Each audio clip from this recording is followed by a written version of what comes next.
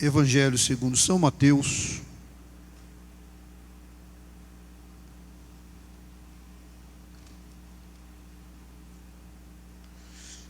capítulo 9,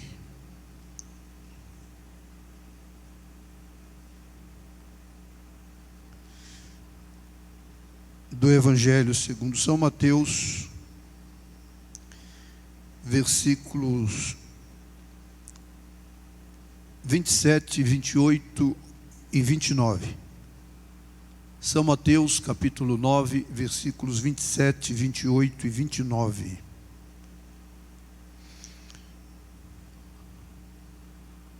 Amém, irmãos? Assim está escrito: e partindo Jesus dali, seguiram-no 2 cegos, clamando e dizendo: tem compaixão de nós, filho de Davi. E quando chegou à casa, os cegos se aproximaram dele e disse-lhes: credes vós que eu possa fazer isto? Disseram-lhe eles: sim, Senhor. Tocou então os olhos deles, dizendo: seja-vos feito segundo a vossa fé. Quantos podem glorificar o nome do Senhor pela leitura da sua santa, bendita e gloriosa palavra? O texto que lemos aqui fala-nos a respeito da cura, o texto completo da cura de 2 cegos e um mudo. E nós lemos apenas a respeito do cego, da cura dos 2 cegos. Jesus, em seu ministério terreno, se deparou com várias necessidades, e dentre elas, algumas pessoas, pelo menos que a Bíblia registra, nós cremos que muitos outros sinais o Senhor Jesus operou, segundo João escreveu em seu Evangelho, muitos sinais, e se fosse escrito não caberia, mas aqui ficaram registrados esses sinais, esses milagres que Jesus operou, e como eu disse aos irmãos, no seu ministério público, Jesus se deparou com várias necessidades, dentre elas a cegueira, pessoas mudas, pessoas surdas, coxos, paralíticos, leprosos. E Jesus os curava, ou Jesus os curou. O texto está claro para todos nós, e esses 2 cegos se aproximaram de Jesus. E quando se aproximaram, no versículo 28 do capítulo 9, Jesus questiona: credes vós que eu possa fazer isto? Disseram-lhe eles: sim, Senhor. E Jesus então, diz a Bíblia, tocou nos olhos deles e falou. Tocou nos olhos deles e disse: seja-vos feito segundo a vossa fé.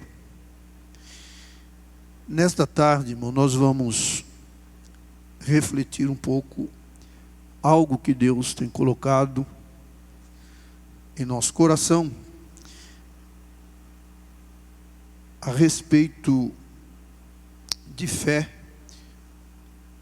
e o contrário da fé, que é a incredulidade. Jesus testa esses 2 homens perguntando: vocês creem que eu possa fazer isto? E eles responderam afirmativamente. Diante da resposta afirmativa, Jesus então age, tocando nos olhos e liberando a palavra da cura, a palavra do milagre. Seja-vos feito segundo a vossa fé. Eu estava, irmãos amados, orando a Deus e pedindo a Deus que Ele nos desse uma mensagem para compartilhar com os irmãos nesta tarde. E Deus colocou então esse assunto no nosso coração. E para ilustrar, ou para melhor compreensão nossa a respeito da fé, eu quero levar os irmãos para o Antigo Testamento. Nós lemos um texto no Novo Testamento, mas nós vamos basear aqui a nossa reflexão em um acontecimento, em um episódio no Antigo Testamento. Glória a Deus. Todos nós sabemos que a fé, está escrito, a fé é o firme fundamento das coisas que se esperam e é a prova das coisas que se não veem. Glória a Deus. E eu quero, irmãos amados, vamos abrir a Bíblia em Números, no capítulo 14. E eu queria pedir que os irmãos mantivessem a Bíblia aberta no livro de Números, Números capítulo 13. E mantivessem a Bíblia aberta em Números capítulo 13. Eu vou começar a ler, eu vou saltar alguns versículos para nós chegarmos onde necessitamos chegar. E falou o Senhor a Moisés, dizendo: envia homens que espiem a terra de Canaã, que eu hei de dar aos filhos de Israel. De cada tribo de seus pais enviareis um homem, sendo cada qual maioral entre eles. E enviou-os Moisés do deserto de Parã, segundo o dito do Senhor. Todos aqueles homens eram cabeças dos filhos de Israel. E aí vem uma lista aí dos 12 espias. Mas eu quero trazer aqui aos irmãos a figura que está lá no versículo 6. Da tribo de Judá, Calebe, filho de Jefoné. Dentre os 12 espias que foram enviados, estava Calebe. Versículo 16. Estes são os nomes dos homens que Moisés enviou a espiar aquela terra. E a Oséias, deve ter alguém aí com uma tradução que diz Josué, filho de Num. E a Oséias, filho de Num, Moisés chamou Josué. Muito bem, irmãos. Calebe era filho de Jefoné, um quenezeu. Pertencia, portanto, à família dos cananeus. Mas por que diz aqui que ele era de Judá? Porque a sua mãe era da tribo de Judá e a semente da mulher é que valia. E ele então aqui estava representando a tribo de Judá. Dos 12 espias que foram enviados à terra de Canaã, apenas Calebe e Josué retornaram com boas notícias acerca da terra que eles foram ver, que eles foram espiar. A terra que Deus havia prometido que eles iriam habitar. Nós lemos aqui, irmãos, falou o Senhor a Moisés dizendo, versículo 1, por isso eu pedi para os irmãos manterem a Bíblia aberta. Falou o Senhor a Moisés dizendo, em versículo 2, envia homens que espiem a terra de Canaã. Quando a gente lê, irmãos, o livro de Números, e olha aqui para esse texto, se nós não nos apercebermos, se nós não tivermos o devido cuidado, nós vamos imaginar que foi Deus, ou que o propósito de espiar a terra nasceu no coração de Deus. De primeira mão, o que fica evidente para nós, quando nós lemos apenas o livro de Números, o que fica evidente é que o propósito de espiar a terra tinha nascido no coração de Deus. Deus chama Moisés e ordena Moisés, ou orienta Moisés, a ordenar aos maiorais, aos espias, que fossem espiar a terra. Mas a Bíblia se interpreta com a Bíblia. Amém, irmãos? Tem alguém aí? Amém? Glória a Deus. O livro de Deuteronômio, irmãos, vamos lá para Deuteronômio, capítulo 1. O livro de Deuteronômio é um livro onde Moisés está repetindo as leis. E Moisés está trazendo a memória do povo que estava com ele, sob a sua liderança, tudo que Deus fizera. Aqui no livro de Deuteronômio, o povo já estava bem perto de Canaã. Eles já estavam em Moabe, estavam bem próximo de Canaã. Eles já haviam caminhado cerca de 38 anos de peregrinação no deserto. Moisés, portanto, está trazendo à memória tudo que Deus havia feito, que Deus havia falado, as leis, enfim. E aqui no livro de Deuteronômio nós descobrimos algo interessante. Capítulo 1, versículos 19 ao 22.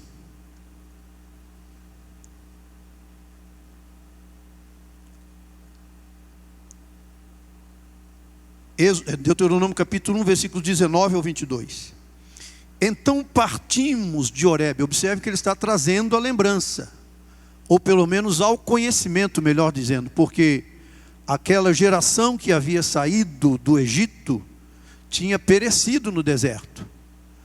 E ele está trazendo ao conhecimento da nova geração que havia nascido no deserto os feitos de Deus e trazendo a eles o que Deus havia falado, o que Deus havia determinado.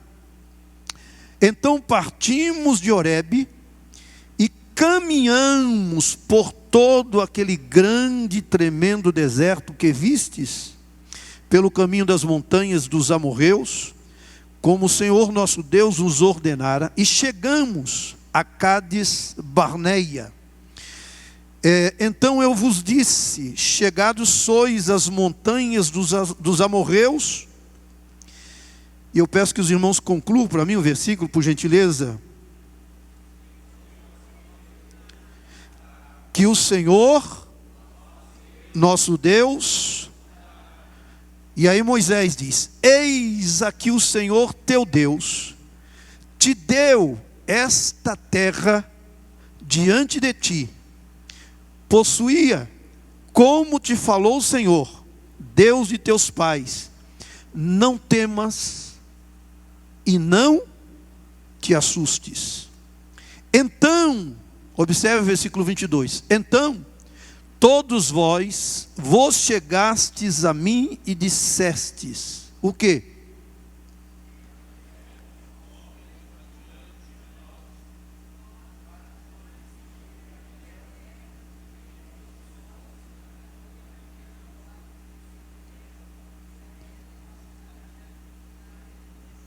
Eu estou ouvindo os irmãos porque é bom ler a Bíblia, irmãos. Amém? Glória a Deus. Mandemos homens adiante de nós para que nos espiem a terra e nos deem resposta por que caminho devemos ir, subir a ela, e a que cidade devemos ir. Então, de onde surgiu a ideia de espiar a terra? De quem surgiu a ideia? Do povo. Foram os homens. Foram eles que deram a ideia a Moisés. E aquele negócio, diz a Bíblia, pareceu bem a Moisés. Ele tomou 12 homens de cada tribo e se subiram a montanha e vieram até o vale de Escol e o espiaram. E depois nós vamos ver aí o que aconteceu. Meus amados, e lá no livro de Números, por que nós lemos que Moisés está dizendo que Deus falou, que Deus mandou? É porque Deus, meus prezados, Ele estava dando uma ordem, Ele estava dando um mandamento a respeito dos espias, por causa da condição do coração do povo, por causa da condição moral do povo. O que isso significa? Significa que quando Deus chama Moisés para tirar o povo do Egito, Deus fala com Moisés: sou Deus de teus pais, sou Deus de Abraão, Deus de Isaac, Deus de Jacó. Tenho visto atentamente a aflição do meu povo, conhecido as suas dores, tenho ouvido o seu gemido, desci para livrá-los e vou levá-los a uma terra boa. E que mais? Não, tem duas qualidades na terra antes do maná, leite e mel. Há uma terra boa, que mais? A terra boa e larga. Há uma terra boa e larga, há uma terra que mana leite e mel.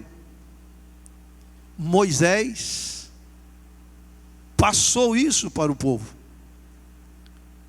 O povo sabia, pela boca de Moisés,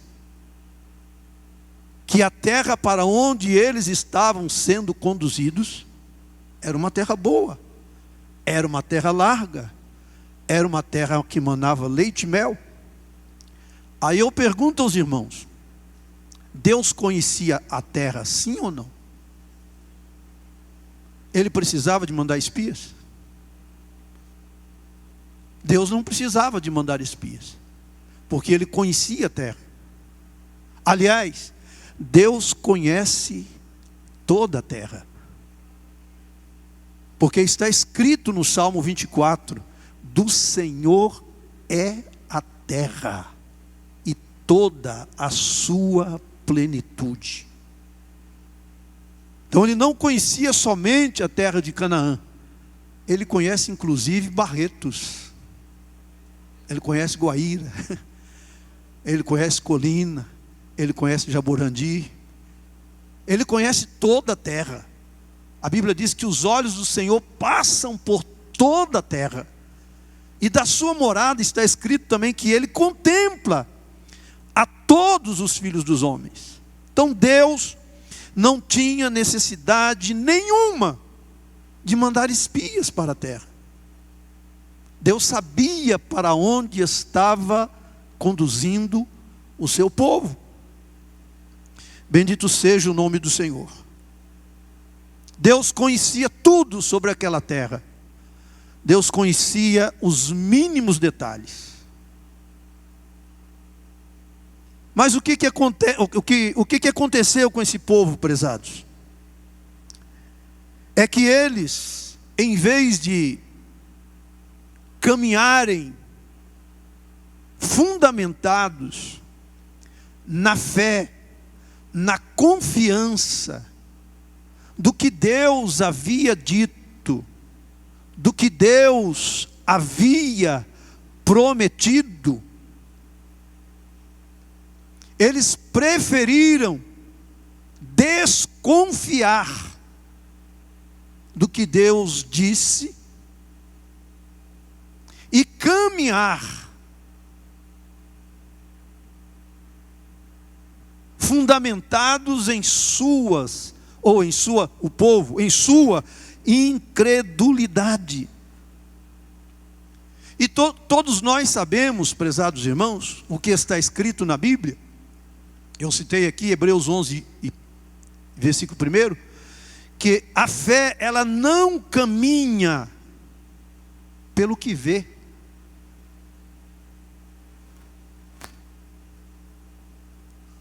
Quantos podem glorificar o nome do Senhor? A fé não caminha pelo que vê. A fé caminha baseada, fundamentada naquilo que Deus diz. Quantos podem glorificar o nome do Senhor? Eu vou pedir para você repetir comigo. É só para ficar, irmãos, bem gravado no seu coração, no nosso coração. Diga comigo: a fé não caminha por aquilo que se vê. Ela trafega fundamentada naquilo que o Senhor diz. Se Deus falou, irmãos, está falado.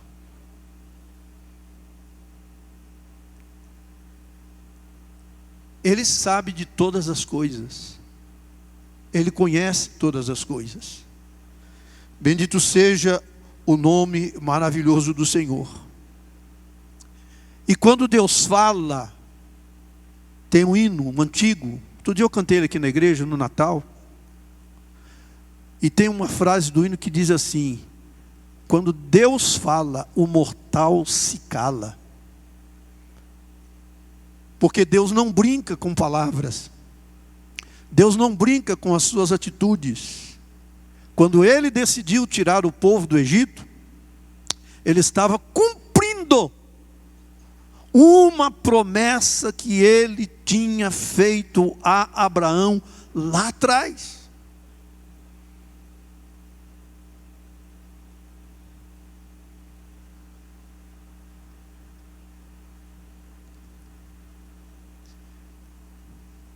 E quando, irmãos amados, nós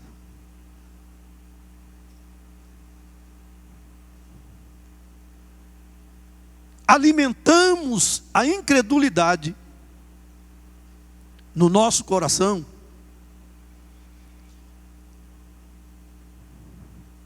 nós passamos a desconfiar de Deus.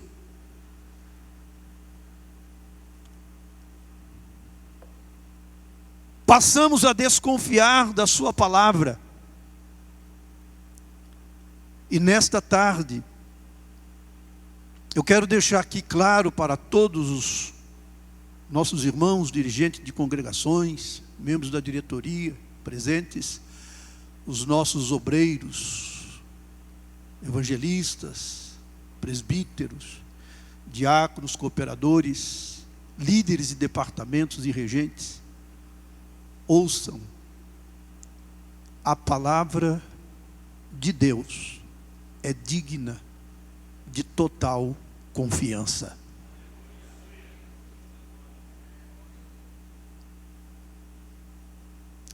A palavra de Deus é digna de total confiança.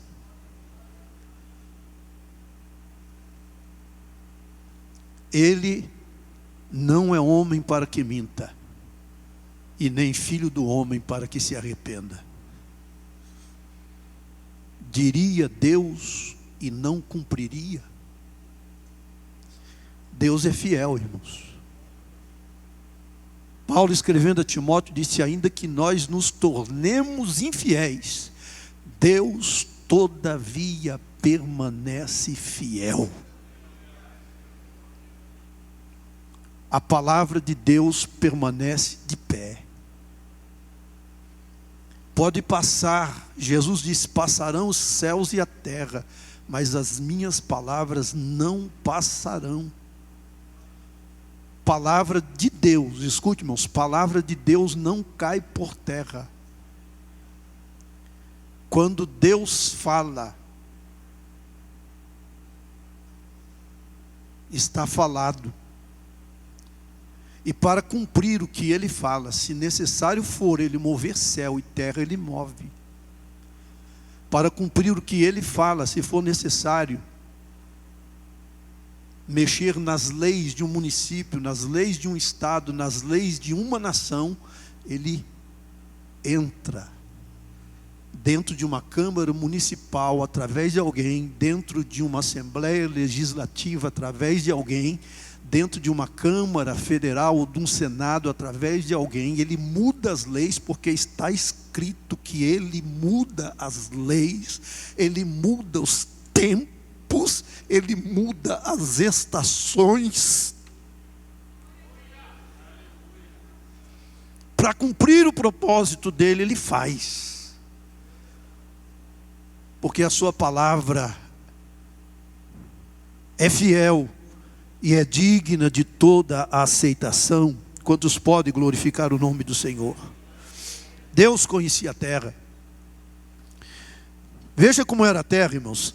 Aí em Deuteronômio capítulo 8, versículos 7, 8 e 9.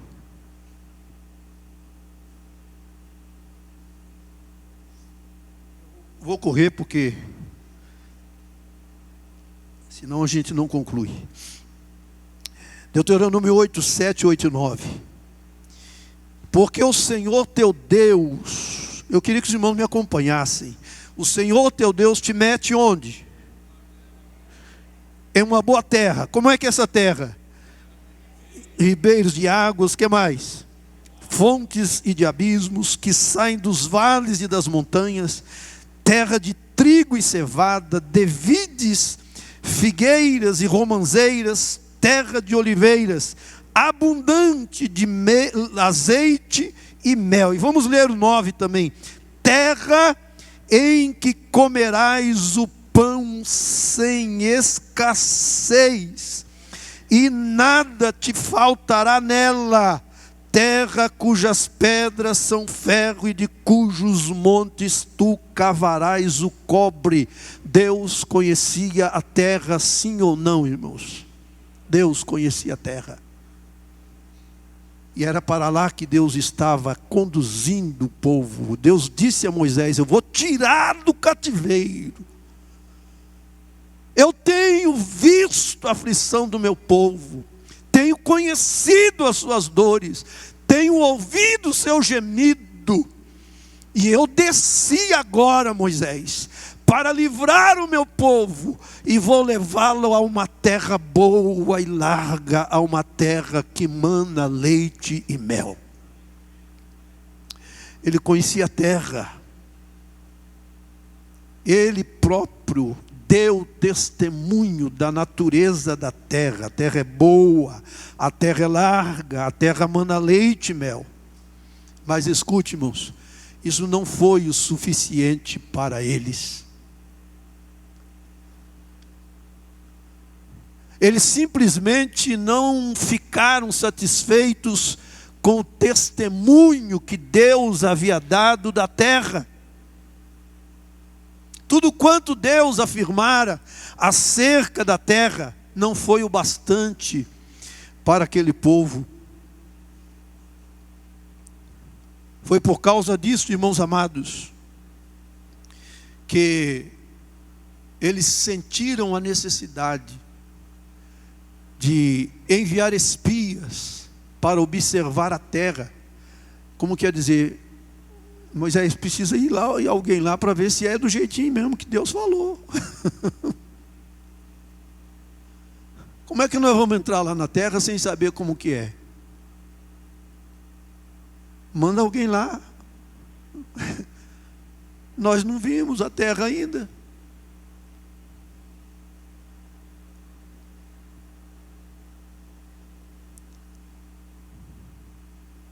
Irmãos, Deus sabia da qualidade da terra, mas escute uma coisa: Deus não só sabia das qualidades da terra, Deus também sabia das dificuldades que haviam na terra. Deus sabia que lá habitavam os cananeus, os heteus, os jebuseus, os eus todos. Deus sabia que eles habitavam lá. Então Deus sabia, irmãos amados, Deus conhecia a geografia da terra, a história da terra, Deus conhecia tudo sobre a terra, mas Deus também sabia perfeitamente quais eram as dificuldades que haviam na terra. Mas o que eles precisavam levar em consideração? O que Deus havia dito: eu vou colocar vocês dentro da terra. Se Deus disse que ia colocar dentro da terra e conhecia tudo a respeito da terra e conhecia as dificuldades, Deus estava dizendo: deixe comigo um negócio.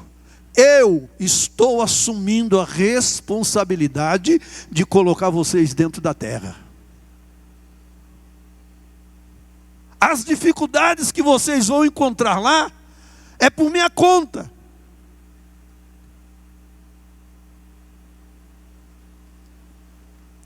Mas a incredulidade, irmãos, falou muito mais alto no coração daqueles homens. Eles procuraram Moisés e disseram: manda-nos homens adiante de nós para que nos espie a terra e nos deem respostas. Então nós aprendemos aqui nesta tarde que a ideia de enviar espias não teve origem no coração de Deus. Os irmãos se lembram?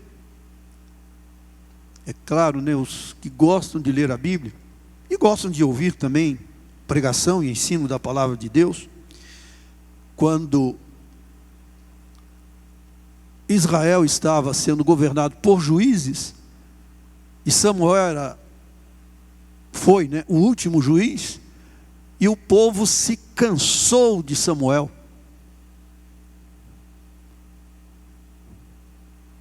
E eles começaram a olhar as nações vizinhas e perceberem que as nações vizinhas não tinham juiz, tinham rei. E o que eles disseram? Nós queremos um rei também, igual às outras nações. Samuel ficou triste. Deus disse: Samuel, fica tranquilo.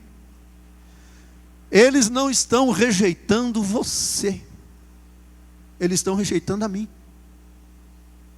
Faz o que o povo está pedindo. Unge Saul. Só que Deus não disse para ungir Saul rei. Deus disse: unge Saul capitão do povo. Aí lá em Oséias capítulo 13, se não me engano, versículo 13, ou me ajuda aí, lá está escrito, em Oséias está escrito: dei-te um rei na minha ira e te tirei no meu furor. Então o rei Saul foi colocado por Deus. Foi Deus quem mandou Samuel ungí-lo. Ele foi colocado por Deus. Agora escute: mas não foi pela vontade de Deus. E isso, irmão, Eu estou aqui porque me veio aqui. Isso traz para nós uma resposta diante do quadro que nós estamos vivendo no Brasil.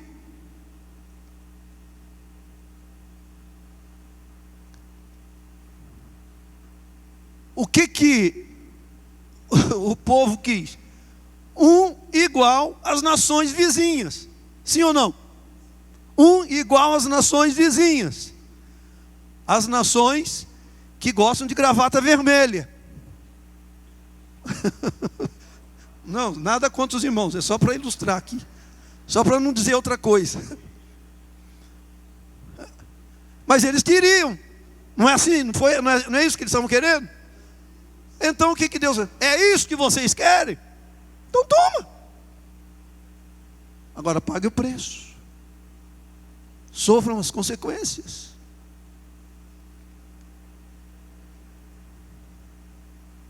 Então o plano de enviar espias, irmãos, olha, escute bem. O plano de enviar espias, nós estamos falando de fé e de incredulidade. O plano de enviar espias foi fruto da incredulidade. Repita comigo, o plano de enviar espias foi fruto da incredulidade. Se eles tivessem crido em Deus, eles teriam evitado todo o transtorno causado por essa atitude, por este empreendimento dos espias irem à terra. Já que era assim, irmãos, que eles queriam, então Deus permitiu, Deus ordenou. Então eles foram, ordenados por Moisés, eles foram, vistoriaram, espiaram a terra, em todo o seu território. Eles caminharam, irmãos, 40 dias eles ficaram espiando a terra, prazo suficiente para eles conhecerem a terra toda. De acordo com alguns estudiosos, a terra tinha cerca de 400 quilômetros quadrados. Mas 12 homens, em 40 dias, eles tiveram condições de andar toda a terra.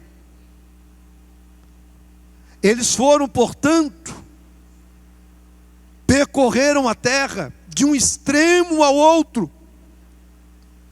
e retornaram. 40 dias depois, eles retornaram da missão que lhes fora dada. E quando eles chegam, eles dão testemunho, vamos ver lá, Números capítulo 13.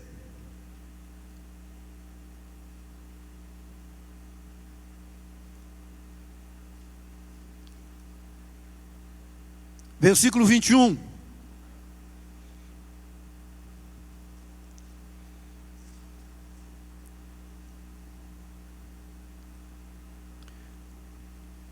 Até o versículo 25. Assim subiram e espiaram a terra, desde o deserto de Zim até Reob, à entrada de Amate. E subiram para a banda do sul e vieram até Hebrom, e estavam ali, em Hebrom, Aimã, Sesai e Talmai, filhos de Anak. Hebrom foi edificada 7 anos antes de Zoan, no Egito. Depois vieram até o vale de Escol, e dali cortaram um ramo de vide com um cacho de uvas. Como é que eles trouxeram esse cacho de uvas? Irmãos? O qual trouxeram 2 homens sobre uma verga, como também romãs e figos, e chamaram aquele lugar o vale de Escol, por causa do cacho que dali cortaram os filhos de Israel. Depois voltaram de espiar a terra ao fim de 40 dias. Veja, foram, espiaram, viram, trouxeram coisa de lá. Ei, irmãos, um cacho de uva carregado por 2 homens. trouxeram romãs, trouxeram figos, e vieram até Moisés, versículo 26, e caminharam e vieram a Moisés e Arão e a toda a congregação dos filhos de Israel, no deserto de Parã, a Cádiz, e tornando deram-lhes conta a eles e a toda a congregação, e fizeram o quê? Mostraram para toda a congregação, para Moisés e para Arão, mostraram-lhes o fruto da terra. Olha aqui o cacho de uva que nós trouxemos de lá. É verdade, a terra é boa, a terra é larga, a terra é produtiva, a terra é fértil. Só que quando nós lemos o 28, versículo 27, e contaram e disseram, fomos à terra que nos enviasse, e verdadeiramente mana leite e mel, e este é o fruto. Deus tem razão. É do jeitinho que Deus falou. A terra tem realmente fruto, e ela mana leite e mel. É verdade o que Deus falou. Mas tem um porém, Moisés. A incredulidade aí, ó. Tem um porém. A terra é boa, a terra é larga, a terra mana leite e mel, a terra é fértil, mas tem um porém. Versículo 28. O povo, porém, que habita nesta terra é... Me ajuda aí, irmãos. O povo, porém, que habita nessa terra é poderoso. E as cidades? Fortes e muito grandes. E também ali vimos os filhos de Anak. Os filhos de Anak eram gigantes. Está lá, versículo 22, os nomes deles: Aimã, Sesai e Talmai. Também tinha os amalequitas, versículo 29. Os amalequitas habitam na terra do sul. E foram descrevendo os heteus, os jebuseus, enfim, os eus. Eles começaram, irmãos, eles mostram, é verdade o que Deus falou. Deus tem razão. Moisés, você não se enganou não, é verdade. Mas tem um porém.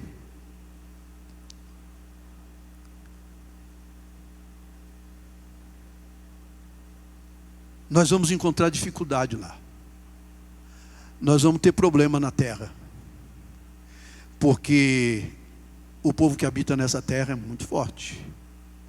É muito poderoso. As cidades são fortes, são muradas. Tem umas muralhas tremendas. Tem gigante na terra, Moisés. E o povo está tudo ouvindo. A congregação de Israel está ouvindo a notícia, a informação.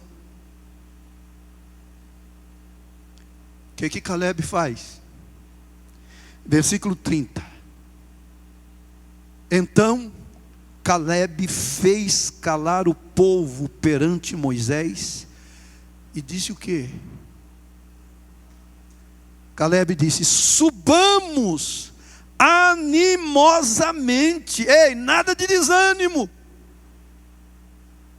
Vamos subir animosamente, possuamos-la em herança, porque certamente prevaleceremos contra ela. E o povo começou a dar glória a Deus e aleluia, amém? Não. O que a Bíblia diz? Porém os homens que com ele subiram disseram: não poderemos subir contra aquele povo, porque é mais forte do que nós. Infamaram a terra que tinha espiado perante os filhos de Israel, dizendo: a terra pelo meio da qual passamos a espiar é terra que consome os seus moradores. E todo o povo que vimos no meio dela são homens de grande estatura. Também vimos ali gigantes, filhos de Anak, descendentes dos gigantes. E olha aqui: e éramos aos nossos olhos como gafanhotos, e assim também éramos aos seus olhos. O que eles estão fazendo aqui, prezados irmãos? O que a incredulidade levou-os a fazer aqui? A maximizar a dificuldade, a maximizar o problema. e a minimizar o que Deus havia dito, o que Deus havia falado. Resumindo, eles reduziram Deus ao tamanho de um gafanhoto, porque eles começaram a enxergar as fortificações da cidade, o povo da cidade, dizendo: o povo poderoso, o povo daquela terra, cidades fortificadas, cidades muradas, tem gigante na terra. Eles olhando para nós, eles enxergam-nos como gafanhotos, nós somos como gafanhotos aos olhos deles. Eles estão olhando apenas, irmãos amados, embora tenham trazido nas mãos, na mente, na retina dos olhos, o testemunho de como era a terra, eles estão trazendo o testemunho das dificuldades. Eles estão olhando para as dificuldades, para os gigantes, para as muralhas. Estão dizendo: nós não vamos poder entrar. Embora Caleb procure animá-los, vamos subir animosamente. Deus vai nos dar a terra, nós vamos possuí-la, nós vamos prevalecer contra elas. Não, não dá. Aquele povo é mais forte do que nós. Eles tinham se esquecido, prezados irmãos, quem é que os tinha conduzido até ali. Eles tinham se esquecido que foi Deus quem os tirara do Egito, da escravidão. Eles tinham se esquecido de que foi Deus quem abriu o mar vermelho. Eles tinham se esquecido de que fora Deus que transformou águas amargas em água potável. Eles tinham se esquecido de que fora Deus que fez brotar água da rocha. Eles tinham se esquecido que eles caminharam no deserto todo aquele tempo, os pés não se incharam, o sapato não se envelheceu, a roupa não se envelheceu. Eles tinham maná todos os dias. Quando cansaram do maná, pediram carne, e Deus lhes deu carne, até sair carne pelos narizes, diz a Bíblia. Eles se esqueceram que durante o dia tinha uma coluna de nuvem, e durante a noite uma coluna de fogo. Eles se esqueceram de que Ele era Jeová Rafá. Ele disse: eu sou Jeová Rafá, eu tiro as enfermidades do meio de vós. Eles começaram a olhar e enxergar somente as dificuldades. É isso, irmãos. Eu não sei se os irmãos estão entendendo a mensagem.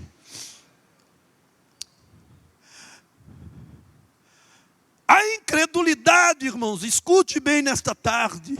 A incredulidade tem origem no inferno. O autor da incredulidade é o diabo. Eu vou repetir para ficar bem claro. O autor da incredulidade é o diabo. Foi ele quem torceu a palavra de Deus e desacreditou o que Deus, procurou desacreditar o que Deus havia dito para Adão. Ele é o autor da incredulidade. E a incredulidade gerou isso neles. Eles ficaram vendo somente as dificuldades, as muralhas, os gigantes, os problemas. E nós somos diferentes deles. Nós não somos diferentes. Nós somos constituídos do mesmo material. Não somos supercrentes. Nós também muitas vezes somos pegos, somos apanhados na mesma situação.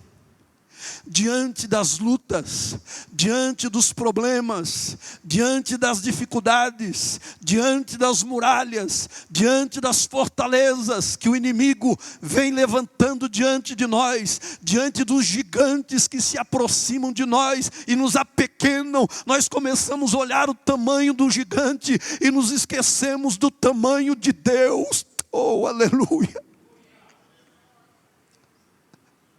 Nesta tarde, o Espírito Santo de Deus está me convidando a mim, está convidando a cada um de nós aqui. Pare de olhar para o problema, pare de olhar para as dificuldades, pare de olhar para os gigantes, pare de olhar para as muralhas, pare de olhar para as fortalezas. Você tem um Deus no céu, você tem um Deus no céu. Diga: eu tenho um Deus no céu.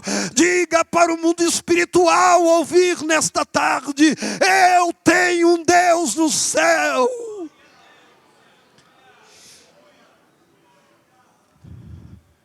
E quando nós depositamos a confiança neste Deus, muralhas caem por terra, gigante cai por terra com uma pedrada. Quando nós depositamos a confiança nesse Deus, as águas do Rio Jordão se abrem, as muralhas de Jericó caem por terra, os reis de Canaã são destruídos, são exterminados, porque Deus entra em ação onde há fé genuína, onde há fé viva. Deus não pode agir, Deus não pode operar onde há incredulidade. A Bíblia diz em Mateus 13, se não me engano, no versículo 58, deixa eu ver aqui.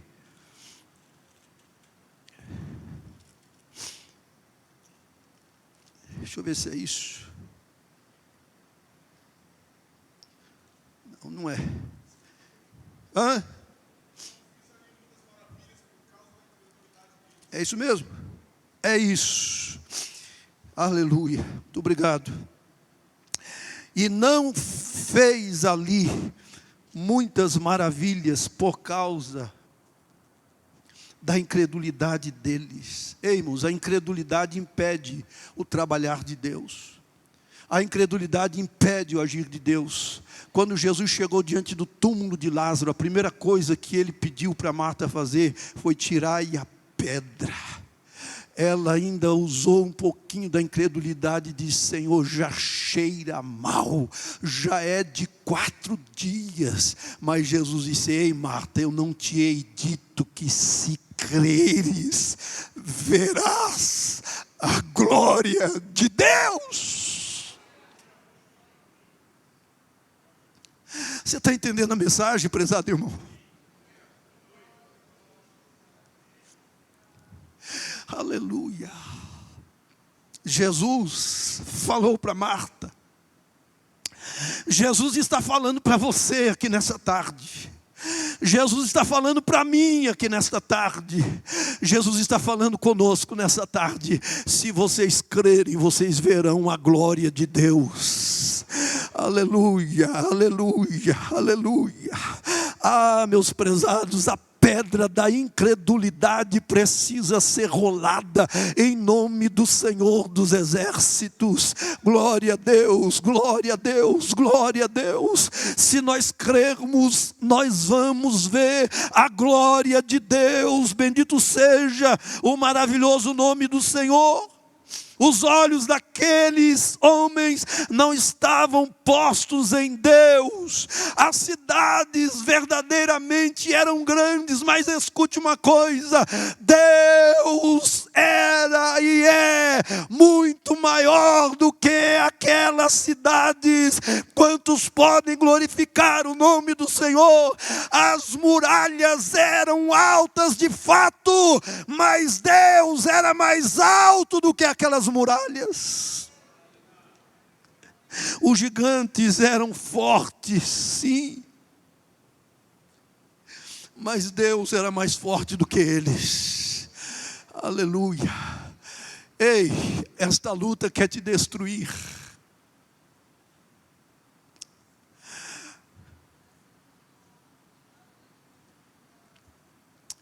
Este gigante quer te destruir.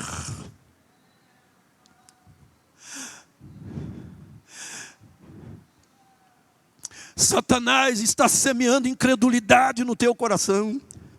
Satanás está semeando dúvida no teu coração.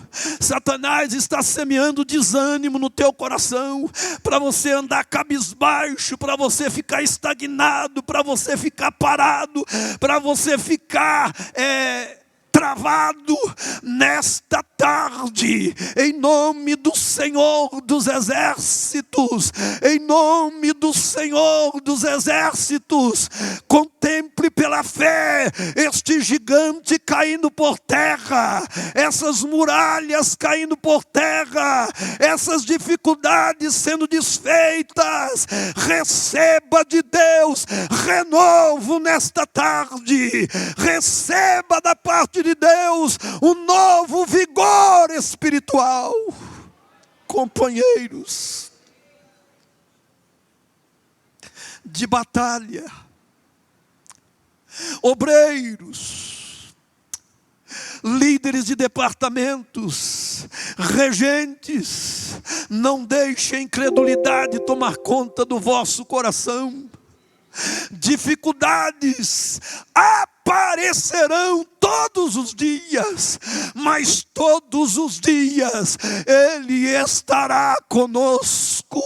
Todos os dias Ele estará conosco. Aleluia, você pode todos os dias, aleluia, abrir o salmo, ou se você souber de cor, orar ou cantar, salmodiar o Salmo 46 e dizer: Deus é, Ele não foi nem vai ser, Deus é o nosso refúgio e fortaleza, socorro bem presente na angústia, pelo que não temeremos, ainda que a terra se mude, ainda que as águas rujam e se perturbem, ainda que os montes se abalem pela sua braveza, há um rio cujas correntes alegram a cidade de Deus, o santuário das moradas do Altíssimo. Deus está no meio dela, não será abalada. Deus a ajudará ao romper da manhã.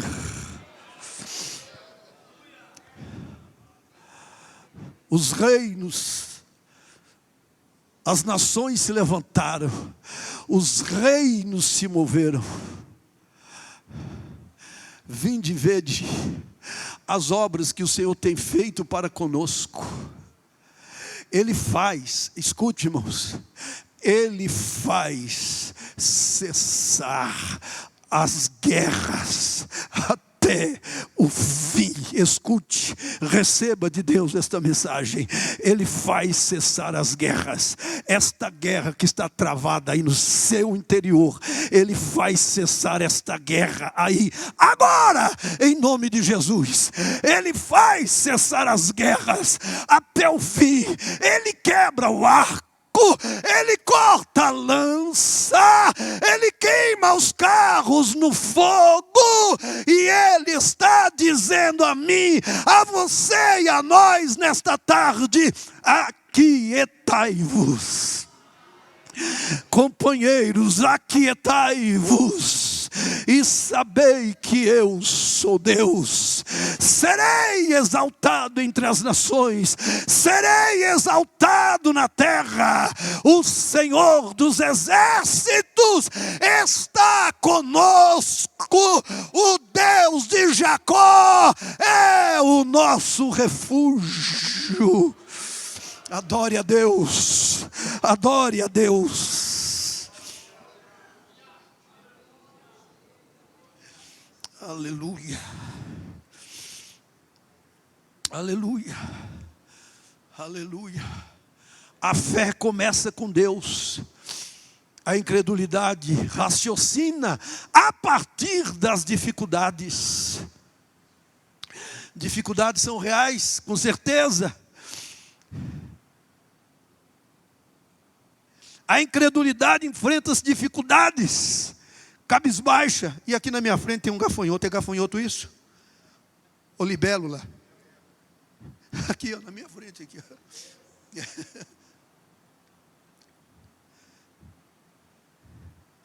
Você tem coragem de pegar, Web?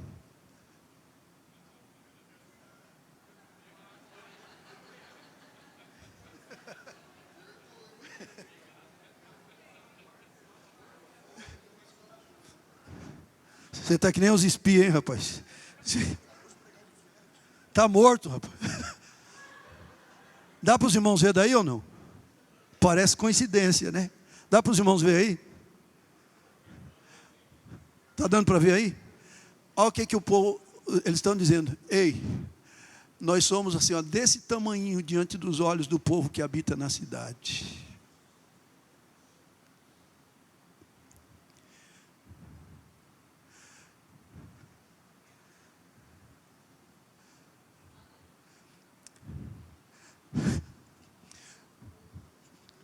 Guarde isso no seu coração. A fé, ela começa com Deus. A incredulidade raciocina a partir das dificuldades. Você quer repetir comigo para ficar gravado? Repete comigo. A fé começa com Deus. A incredulidade raciocina a partir das dificuldades. Quem foi o destaque em todo esse enredo aqui, irmãos? O destaque foi Caleb. E aqui nós vemos a qualidade de fé de Caleb. Subamos animosamente. Nós vamos herdar a terra. Nós vamos prevalecer contra ela. A turba, movida pela incredulidade, cheia de medo, acovardada, se posiciona para querer calar Caleb. E é assim, irmãos. Os incrédulos, os medrosos, os covardes, eles sempre vão querer calar o líder. Eu vou repetir. Os incrédulos, os medrosos, os covardes, eles sempre vão querer calar o líder. Mas a Bíblia diz: se te mostrares frouxo no dia da angústia, a tua força será pequena. Deus não conta com frouxos, Deus conta com valentes, com corajosos. Aleluia! Quantos podem glorificar o nome do Senhor? Quiseram calar Caleb, mas ele teve um reforço. Josué se juntou a ele. Quantos podem glorificar e exaltar o nome do Senhor? Aleluia! Sempre vai haver, prezado companheiro, prezado líder de departamento, regente, sempre vai haver um incrédulo, um covarde, um medroso que vai estar com essas expressões. Olhe para mim e me ouçam. Sempre vai haver e vão estar dizendo assim: não vai dar certo, não tem jeito, não vai para frente, não adianta pôr a mão. Isso é mensagem de incrédulo, irmãos. A mensagem de quem conhece o Deus que serve é a mensagem igual a de Caleb: vamos em frente, nós vamos prevalecer, Deus é conosco, Deus vai nos dar vitória, Deus vai abrir as portas. Aleluia! Quantos estão recebendo esta mensagem nesta tarde? Receba em nome de Jesus. Os olhos da fé enxergam Deus. Os olhos da incredulidade enxergam apenas as dificuldades.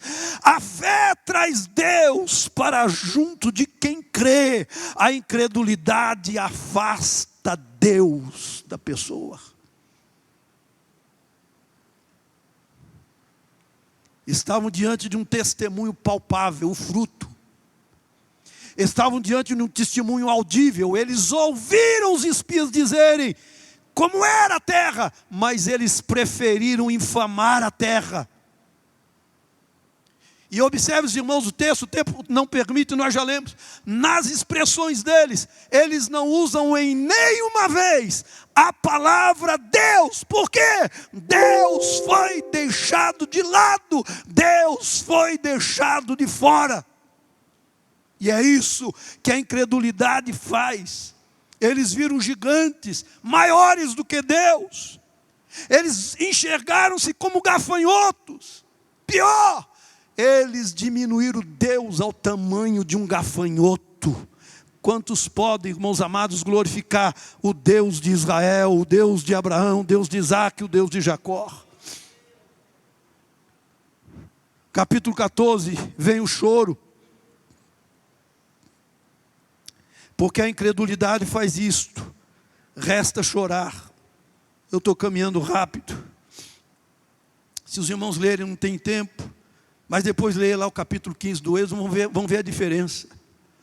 O cântico de Moisés. Como é que ele exalta Deus. Pela grandiosidade de Deus. E aqui, a diferença total. E tudo isso serve de ensino para nós, irmãos. Porque muitas vezes nós estamos abatidos. Porque muitas vezes nos sentimos frustrados. Porque muitas vezes nos sentimos desanimados, apáticos, prostrados. Porque lamentamos tanto. Porque tanta reclamação. Por que tanta murmuração?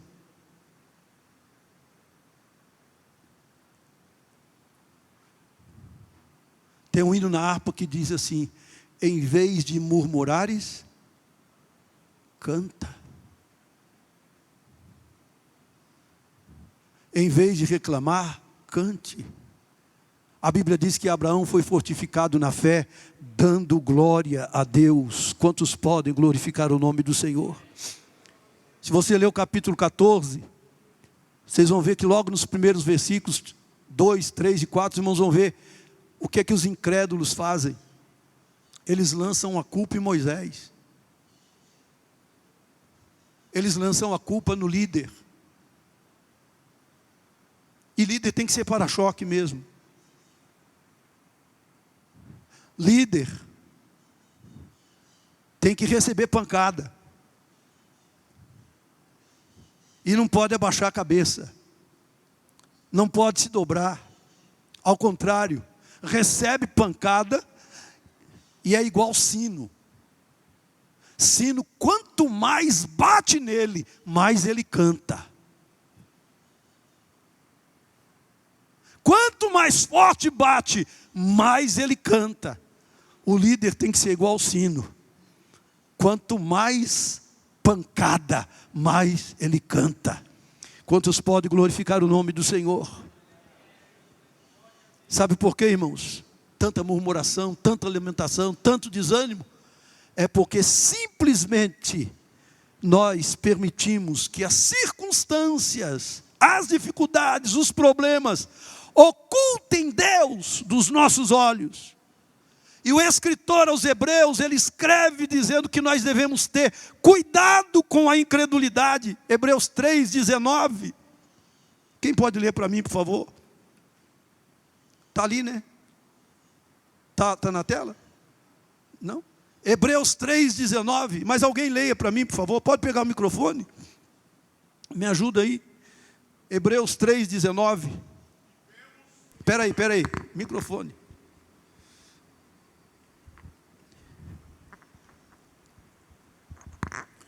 E vemos que não puderam entrar por causa da sua incredulidade. Não puderam entrar onde?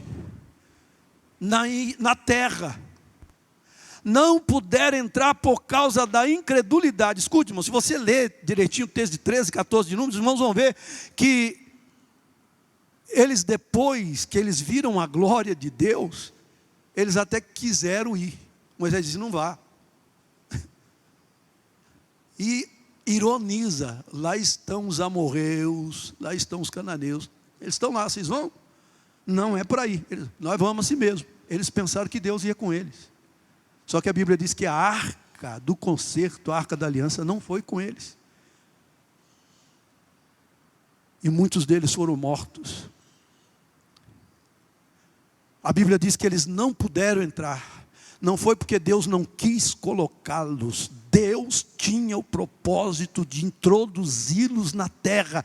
Deus os tirou do Egito com esse propósito. Mas eles não puderam entrar, diz a Bíblia, por causa da incredulidade. Agora Caleb, irmãos, era diferenciado. 14 de Números, por favor, versículos 6, 7 e 8. Cadê o microfone? Está aí? 14, versículos 6, 7 e 8.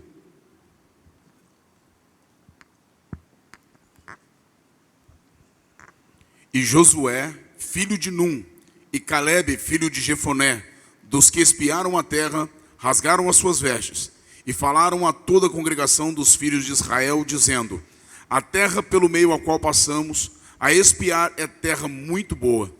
Se o Senhor se agradar de nós, então nos porá nesta terra, e nos dará terra que mana leite e mel. Tão somente não sejais rebeldes contra o Senhor, e não temais o povo desta terra, porquanto são eles nosso pão. Retirou-se deles o seu amparo, e o Senhor é conosco, não os temais. Amém. Quantos podem glorificar o nome do Senhor? Tão somente não sejais rebeldes. A terra é boa, muito boa. Se o Senhor se agradar de nós, Ele vai nos pôr nessa terra, Ele vai nos dar. É terra que emana leite e mel. Tão somente não sejais rebeldes. A incredulidade é a mãe da rebeldia. Você pode repetir comigo isso? A incredulidade é a mãe da rebeldia.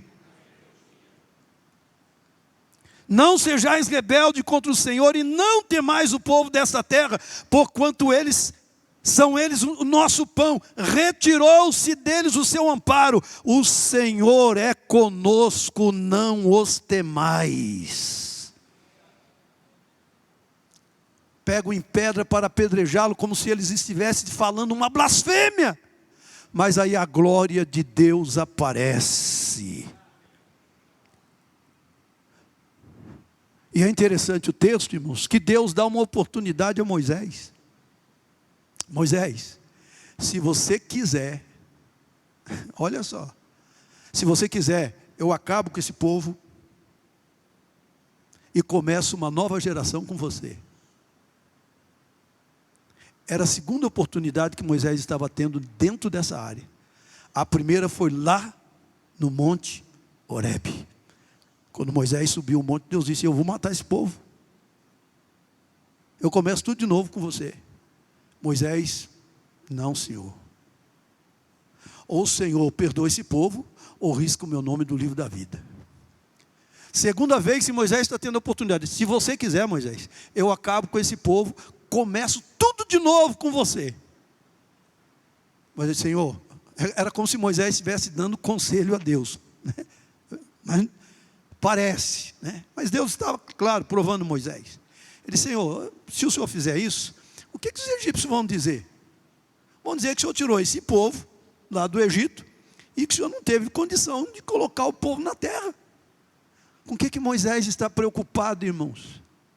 Ele está preocupado com posição? Ele está preocupado com o interesse dele?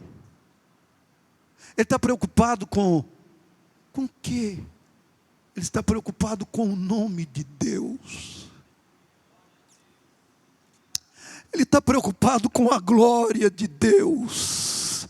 Ele está preocupado preocupado com a reputação de Deus perante as nações. Enquanto tem muitos que estão preocupados em serem oportunistas. Eu vou abrir um trabalho aqui, vou abrir um trabalho ali, vou fazer isso aqui, vou fazer aquilo acolá, eu vou ser isso, vou ser aquilo, aquilo outro. Tem outros que estão preocupados com a glória de Deus, com o nome de Deus. Aleluia, quantos podem glorificar o nome do Senhor? Josué e Calebe, 2 homens cheios de fé e de coragem. Mas deixa eu concluir, irmãos. Eles entram na terra. Tem muita coisa aqui, mas o tempo não permite mais. Eles entram na terra. Moisés é morto. Josué começa a repartir a terra. E Calebe está olhando Josué repartindo a terra. Aí chega uma hora que Calebe chega para Josué e diz: ei, Josué, você está lembrado das palavras que Moisés falou para mim lá atrás? Eu estou conjecturando, tá, irmãos? Ei, Calebe, o que foi que ele te disse? Você está lembrado que ele falou que Hebrom ia ser me dado em herança? E eu estou conjecturando, tá? Não está escrito não, mas está no Evangelho segundo São Natanael. Josué está dizendo: Calebe, está de cabelo branco, Calebe. Quando Moisés falou isso com você era jovenzinho, rapaz. Tinha 40 anos. Olha quanto tempo já passou. Você vai querer herdar logo Hebrom, o Monte Hebrom, lá onde estão os filhos de Enaque, os filhos dos gigantes. Josué, deixa eu te contar um negócio para você. Você sabe aquela força que eu tinha lá atrás?